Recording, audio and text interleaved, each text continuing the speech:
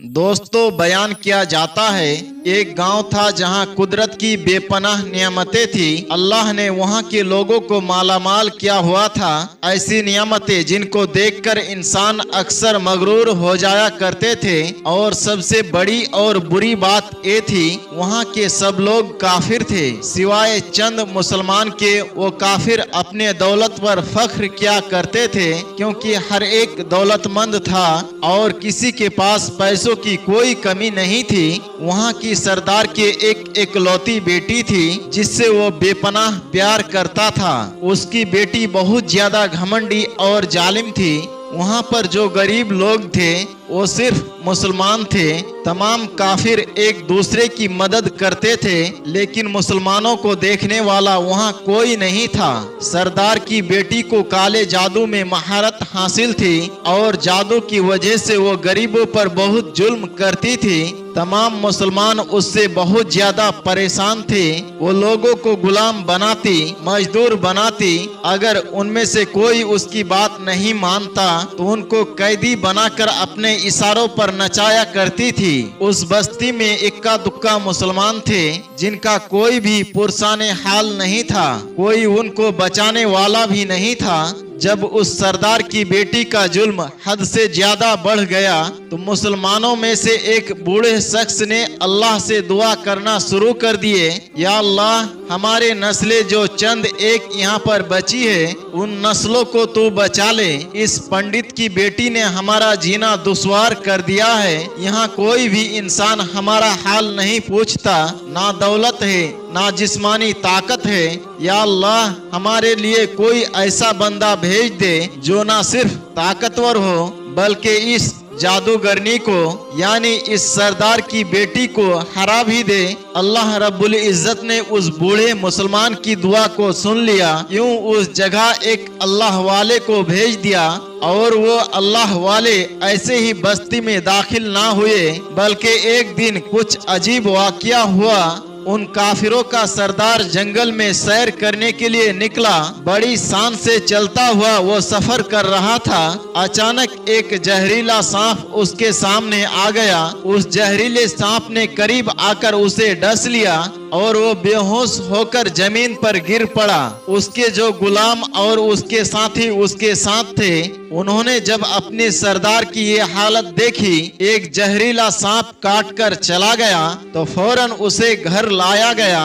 उस लड़की ने अपनी बाप की ये हालत देखी तो आसपास के बड़े बड़े हाकिमों को बुलाए गए, लेकिन अजब बात ये थी, लाख कोशिशों के बावजूद जहर को निकालने में नाकाम हो रहे थे और जहर तेजी के साथ उसके जिस्म में फैल रहा था।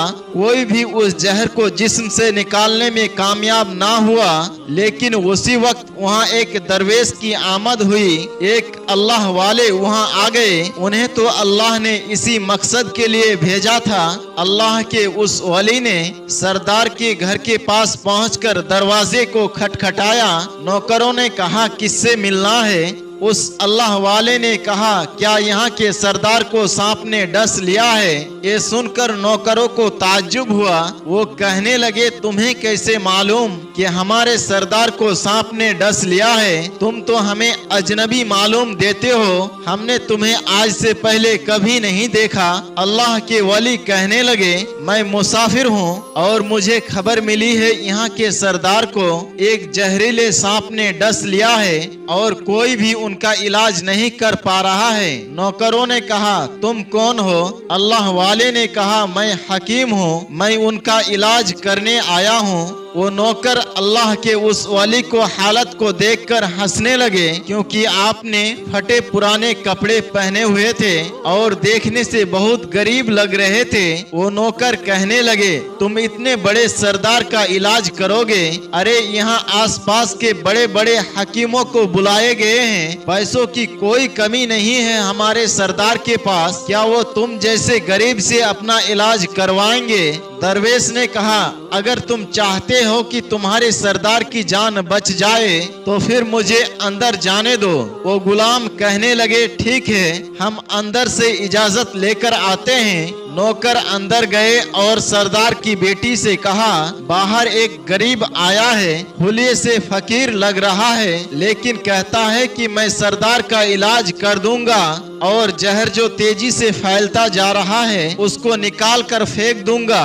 उसकी बेटी कहने लगी, ठीक है, उसको अंदर बुलाओ। जब वो अल्लाह वाले उस घर में आए तो देखा कि सरदार जहर की दर्द से तड़प रहा है और अपनी टांग को बार बार बिस्तर पर पटक रहे हैं। अल्लाह के उस वली ने उसके पैर की तरफ देखा और जहां सांप ने काटा था उस जगह अल्लाह वाले ने थूक दिया और फौरन वहां से भाग गए। उसके सारे सिपाही और उसके बेटी हैरान रह गए, ये कौन दीवाना है, कमरे में आया और इलाज करने के बजाय उस पर थूक दिया जहां पर सांप ने काटा था और भाग भी गया। उसको कोई गिरफ्तार भी नहीं कर सका। उसकी बेटी गुस्से में तिल मिला रही थी, इसने तो बड़ी गुस्ताखी की है। उसने कहा, चलो कोई बात नहीं, थूक को साफ करो, मैं उसे अभी गिरफ्तार करवाती हूँ। जैसे ही हकीम ने थूक को साफ करने के लिए रुमाल पकड़ा तो हैरान होते हुए रुक गया। उसने उंगली से थूक को सांप के काटने वाले जगह पर अच्छे से मल दिया। सरदार की बेटी कहने लगी, आप ये क्या कर रहे हैं? उस दीवाने फकीर ने मेरे बाप के टांग पर थूक दिया और आप उस थूक को मल रहे हैं। हकीम ने अपने हाथ के इशारे से सरदार की बेटी को रोक दिया। जैसे ही उस थूक को सरदार के टांग पर मला गया, फौरन ही सारे जहर का असर खत्म हो गया। जो टांग काटने के काबिल थी वो टांग पहले वाली हालत में आ गई और पूरी टांग जो नीली पड़ चुकी थी अब असल रंग पर आ गई। और जब उस कबीले का सरदार होश में आया तो वो हैरान रह गया। उसे बताया गया, एक फकीर बाबा की थूक की वजह से आप ठीक हुए हैं। तो उसने कहा, भाई वो तो हमारा मसीहा है, तुम लोगों ने उसे जाने क्यों दिया? जाओ उन्हें मेरे पास लेकर आओ। उन्होंने हम पर बहुत बड़ा एहसान किया है और हम उसे एहसान का बदला जरूर देंगे। उसकी बेटी जो खामोशी से अपने बाप को देख रही थी उसने कुछ भी नहीं कहा। सरदार के हुक्म पर सारे सिपाही उसको ढूंढने के लिए निकले। वो लोग चारों तरफ फैल गए लेकिन कहीं भी उनको वो अल्लाह वाला नजर नहीं आया। फिर जब सिपाही जंगल में दाखिल हुए तो वहाँ एक दरख्त के नीचे एक आदमी को इबादत करते हुए देखा। वो गौर से उस अल्लाह वाले को देख रहे थे, ये क्या कर रहे हैं, ये किस तरह की इबादत है? हम लोग तो अपने बुतों के आगे हाथ जोड़ते हैं और ये तो न जाने किसका सजदा कर रहे हैं। खैर, इबादत के बाद फौरन उस अल्लाह वाले को पकड़ लिया गया और गांव के सरदार के सामने पेश किया गया। वो कहने लगा, आप कौन है, कहां से आए हैं? सबसे पहले तो गुस्ताखी की माफी चाहता हूं कि मेरे लोगों ने आपकी बहुत बेइज्जती की, लेकिन आपकी वजह से आज मैं जिंदा हूं। हम गुनाहगारों की आंख आपको पहचान ना सकी, इसके लिए मैं आपसे माजरत चाहता हूँ। आपसे दरखास्त करता हूँ आप मेरी तरफ से एक कीमती लिबास यानी कपड़े और अरबी घोड़ा कबूल कीजिए। अल्लाह वाले ने मुस्कुराकर उसके तरफ देखा और कहा, ये घोड़ा और लिबास बहुत कीमती है। मैं ये कीमती लिबास पहनकर मैं जब इस घोड़े के लिए घास काटूंगा तो क्या मैं अच्छा लगूंगा? गांव के सरदार ने कहा, आप इस बात की फिक्र ना करें, घोड़े के साथ नौकर भी दिए जाएंगे। अल्लाह वाले ने कहा, इतनी मालो दौलत और नौकरों के साथ मैं अकेला रहूंगा। गांव के सरदार ने कहा, हुजूर, आपकी ये बात सुनकर मैं सोच में पड़ गया हूँ। मेरी बेटी आपके सामने है। बेटी हैरत से अपने बाप को देख रही थी कि मेरा बाप क्या कहने वाला है। सरदार ने कहा, मेरी बेटी जिसे आपने देख लिया है इसकी शादी आपसे कर दी जाएगी, मगर एक शर्त है, आपको आपका मजहब को छोड़ना होगा। मेरे सिपाहियों ने आपको इबादत करते हुए देखा है और जहाँ तक हमारी मालूमात है कि हम बुतों के आगे सजदा करते हैं, उनकी इबादत करते हैं और आप जिसके आगे सजदा कर रहे थे वो आपका अल्लाह है और आप मुसलमान हैं। इसलिए आपको आपका मजहब छोड़ना होगा। क्या आप ऐसा कर सकते हैं? अल्लाह वाले ने कहा, मुझे एक बात बताइए, आप मुझ में सब कुछ देख रहे हैं, आपने मुझे ये दुआ भी दी, मेरी बहुत सी औलादे हो और आपकी नस्ल आपकी बेटी के जरिए चले।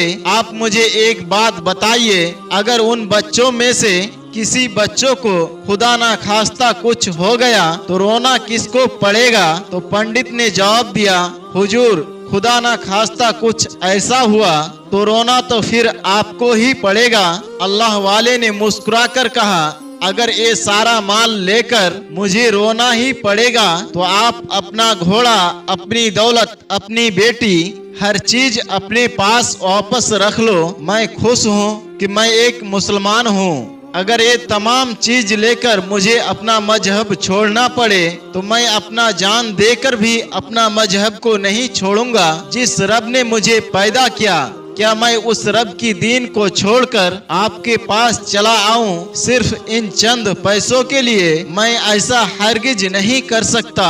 मैं अपनी दरवेशी में बहुत खुश हूँ। अल्लाह ने मुझे जिस मकसद के लिए यहाँ भेजा है, बस वही मकसद पूरा हो जाए। गांव के सरदार ने पूछा, क्या मकसद है आपका? अल्लाह वाले ने कहा, यहाँ के मुसलमानों पर जुल्म हो रहा है, बस उन्हीं के लिए आया हूँ अल्लाह की मदद से। ये कहकर अल्लाह वाले वहाँ से जाने लगे। सरदार ने दरवेश को रुकने के लिए कहा और कहने लगा, मैंने माल देकर आजमाया, तुमको हर तरफ से जांच लिया, मगर तुम अपने मजहब को छोड़ने के लिए राजी ना हुए। अगर तुम यही सब करने आए थे तो क्या तुम्हें किसी बात का डर नहीं? क्या तुम जानते नहीं हो हम कितने ताकतवर हैं? हमारी बेटी अपने अमल में इतनी माहिर है, तुम्हें यहाँ खड़े खड़े जंगली जानवर बना सकते हैं। अल्लाह वाले मुस्कुरा कर कहने लगे, इसने तो जानवर कमजोर लोगों को बनाया होगा, ये मुझे जानवर बनाकर दिखाए। इससे पहले कि गांव का सरदार अपनी बेटी से कहता, इस पर वार करो, अल्लाह वाले ने जादूगरनी पर एक फूंक मारी और वो उसी वक्त एक बड़ी सी छिपकली बन गई। वो कुछ नहीं कर पा रही थी। वो छिपकली इतनी बड़ी सी थी, वहाँ पर जितने भी इंसान खड़े थे उन सब में सबसे ऊंचा कद उसी का था। वो छिपकली अल्लाह वाले के पास आने लगी और अपना जहर उन पर उगलना चाहती थी। तो उसी वक्त उन्होंने उनके मुंह पर थूक दिया। थूकने की देर थी कि वो जलने लगी। वो थूक क्या था? जैसे तेजाब हो, जिससे उसका आधा चेहरा पिघल रहा था, उसका चेहरा जलकर काला हो रहा था। वो मरने ही वाली थी कि सरदार दौड़ता हुआ आया और उनके कदमों में गिर गया और माफी मांगने लगा और कहने लगा, हजरत, इसकी गुस्ताखी के लिए आप मुझे माफ कर दो। मैंने सच में आपको बहुत ही कमजोर समझा और आपकी मजहब से आपको हटाना चाहा।